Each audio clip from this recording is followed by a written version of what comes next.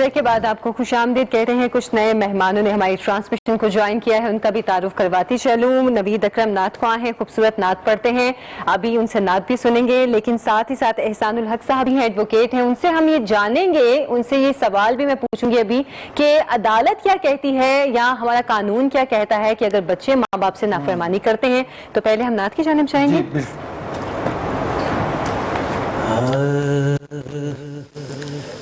حشر میں خود کو جو دیکھوں گا بکھر جاؤں گا. حشر میں خود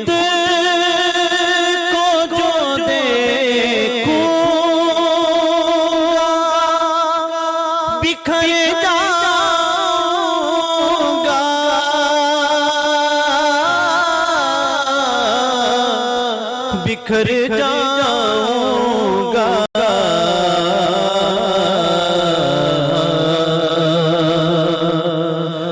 آپ نے گر نہ سنبھالا تو کدھر جاؤں گا. آپ نے سنبھالا تو کدھر جاؤں گا. اتنا مانوس ہوں آقا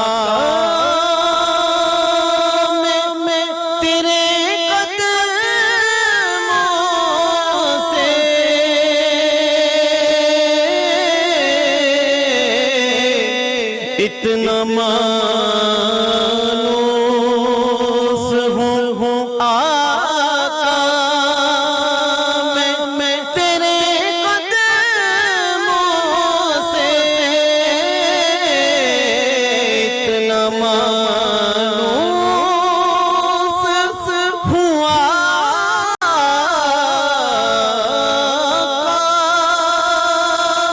میں تیرے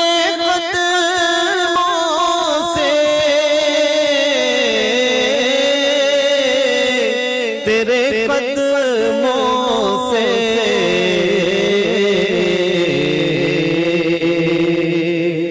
کہ مجھ قدموں سے کیا دور تو مر جاؤں گا. مجھ قدموں سے کیا تو مر جاؤں گا. میری ہر آس کی ڈوری در پنجت سے جڑی.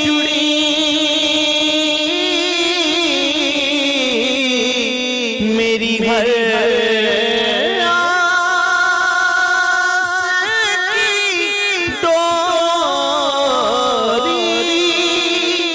در پنجت سے جڑی. پنجت سے جڑی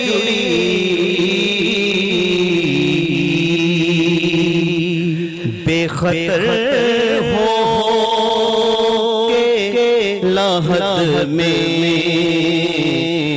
اتر جاؤں گا.